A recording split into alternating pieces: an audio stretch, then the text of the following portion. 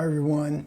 I've been on a roll with Criterion recent releases that that I purchased in the Barnes and Noble half-price Criterion sale in July 2022. I had Tales of Hoffman, The Worst Person in the World, Summertime, and today I want to discuss Drive My Car, directed by Ryusuke Hamaguchi. This is the film that won the Best International Oscar earlier this year.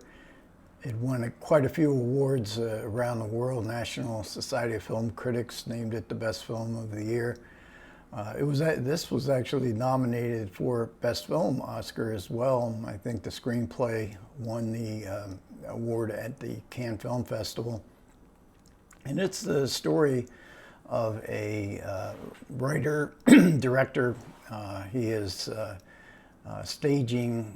He has become sort of the temporary artistic director of a theater in Hiroshima. He's mounting a multilingual production of Uncle Vanya.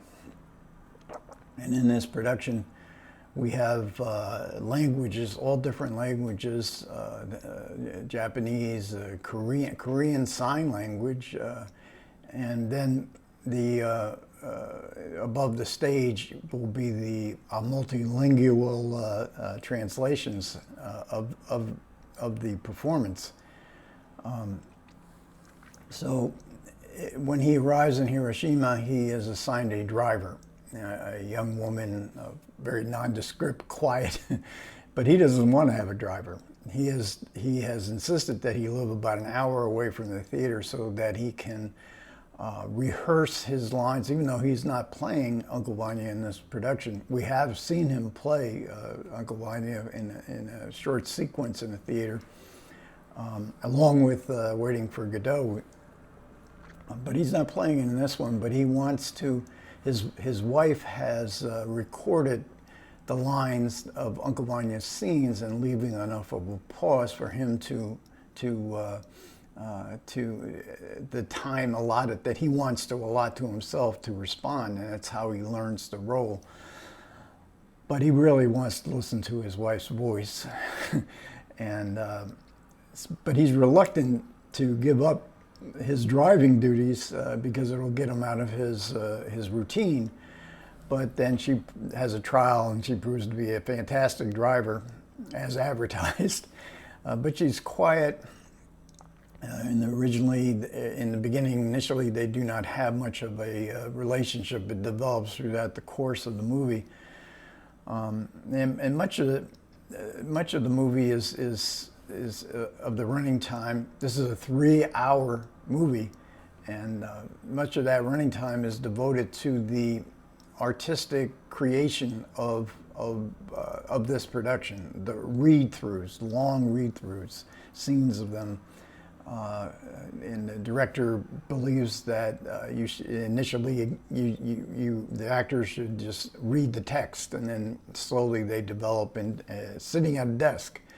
And then eventually they add movement later on, and the emotions come with a greater depth of understanding of the text itself. I find all this stuff fascinating. I'm a big fan of live theater, and it's always amazing to me how the process that they go through, which seems so effortless when we see it on stage, but there's a long process involved in it. And this technique used by this director is the same technique that Hamaguchi uses in his own movie directing style. So we have these two main relationships, the relationship between the director and this driver, and also between the director and the actor, the young actor. He miscast, seemingly deliberately miscasting to play Uncle Vanya, who was, I guess, sort of like 45, 50 years old in the play. And he feels miscast, and he's kind of dumbfounded. But this is an actor. This young actor had appeared in the director's wives. The director's wife was a screenwriter, teleplay writer, and he had appeared in one of her productions, and became one of his wife's lovers, which he knew about, but he never confronted her with her infidelity.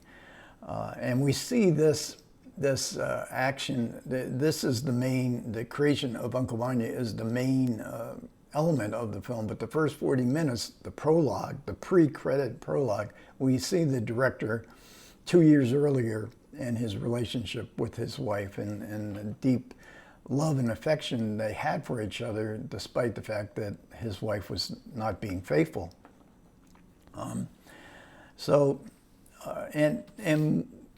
This comes from a book, a collection of short stories by Haruki Murakami, Men Without Women. Drive My Car is the first story in this collection. Of course, a title of a Beatles song in Murakami. It's one of Murakami's novels. Other novels was Norwegian Wood. So it's a 40-page story. It's a 3-hour movie. There's lots of additions made to this movie, but made to the story. But it's all in the vein of Murakami. If you like Murakami's novels, and I'm a very big fan of Murakami, I think you're going to love this movie, because all these additions are in the same mood, the same sort of deadpan delivery, quiet, contemplative delivery that has some real emotional payoffs. And you get the sense of time passing, a contemplative mood. Again, a well-structured film. And I've seen 3 other Hamaguchi movies, Happy Hour, Isoki 1 and 2, The Wheel of Fame and Fortune, all streaming currently on the Criterion channel. Well worth seeing as well. I think this is the culmination of those 3 movies. This takes, I think, Hamaguchi's style to another level. Happy Hour is a 5-hour movie, so it's 2 hours more than this. It requires stamina. I didn't really feel the 3-hour time of this film. The 5-hour movie, a little bit more so. You have to have some stamina, but it has a great emotional payoff, as does Drive My Car. So, and we get a interview with Hamaguchi, a 2022 interview, talking about the film and how it's resonated with audiences. I'm always wary of these kind of interviews, because they tend to demystify the film for me. I don't want the director to tell me what the movie is all about.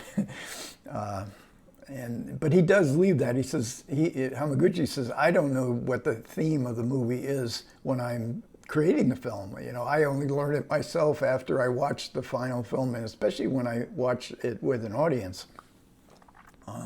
So you're going to get a very unique reaction to what you get out of this.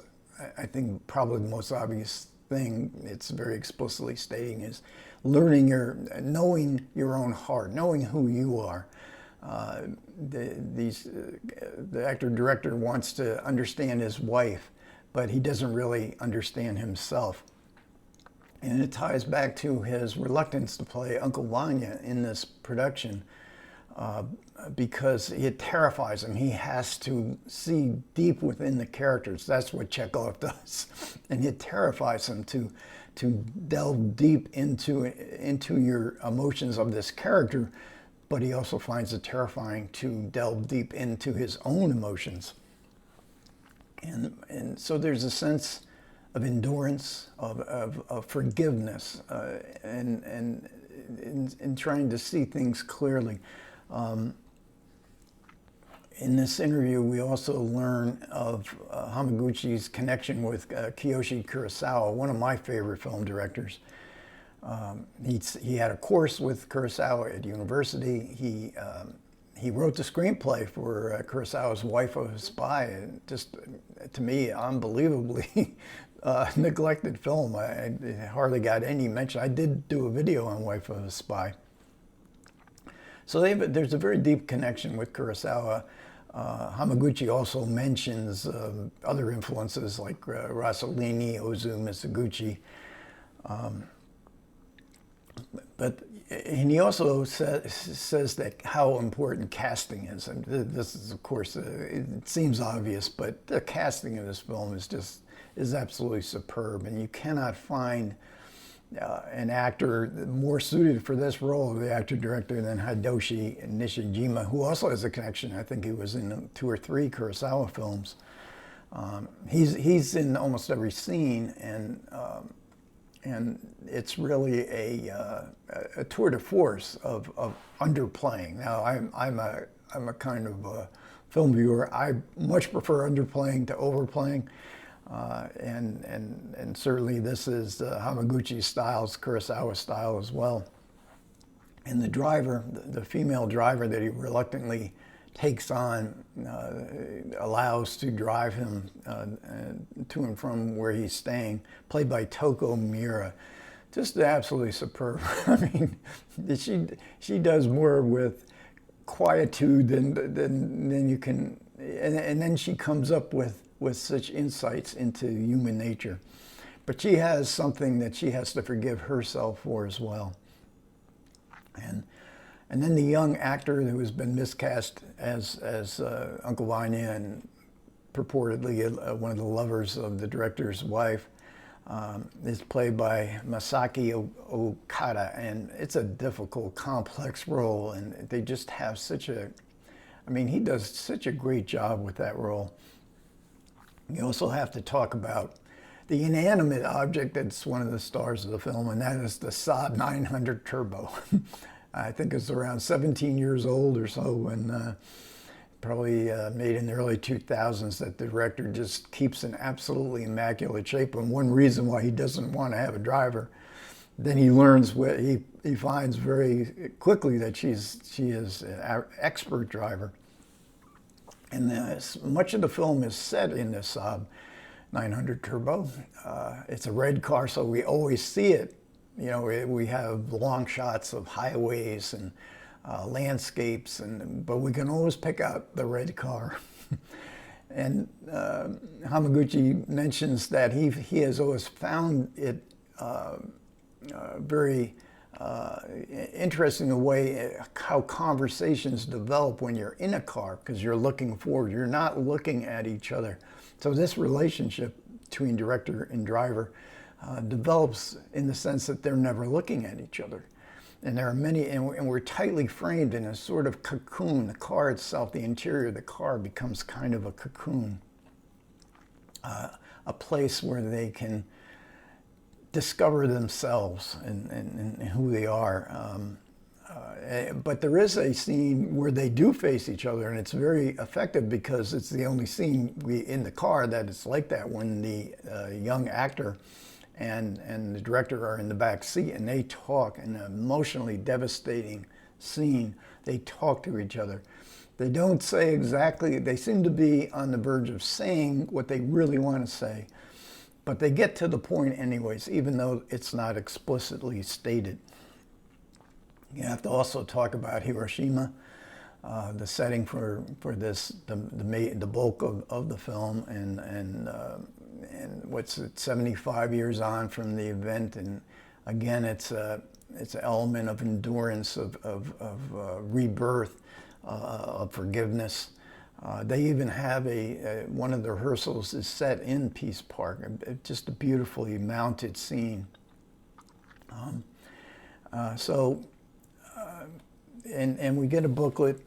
We see interviews too with the behind-the-scenes type documentary, where we see the great feeling that was on the set, and how invested they were in Hamaguchi's methods, which was different, new to all the actors, the young actors and the older actors. You get a real sense of that in that supplement, but not much in the way of artwork on here. And we do get a pesky little fold-out booklet. Again, just photos from the movie itself. Just a snippet of the Saab 900 Turbo. And the essay by Brian Washington there, he points out that one of the reasons why this film seems so much so faithful, loyal to the Murakami spirit is that there's two other stories in here. I've not read that. I did read the Drive My Car. I didn't read two other stories that do in fact play parts of those stories are in evidence in Hamaguchi's additions to it. So again, another terrific Criterion release. Another two 2021 movies in a week that I've seen. I hardly see any movies from contemporary times, but I think maybe I better spend a little bit more time in the times I'm living in rather than 70, 50, 60, 70 years ago. Okay, thanks a lot for everybody who managed to listen. I do appreciate it. Comments are always welcome. Take care.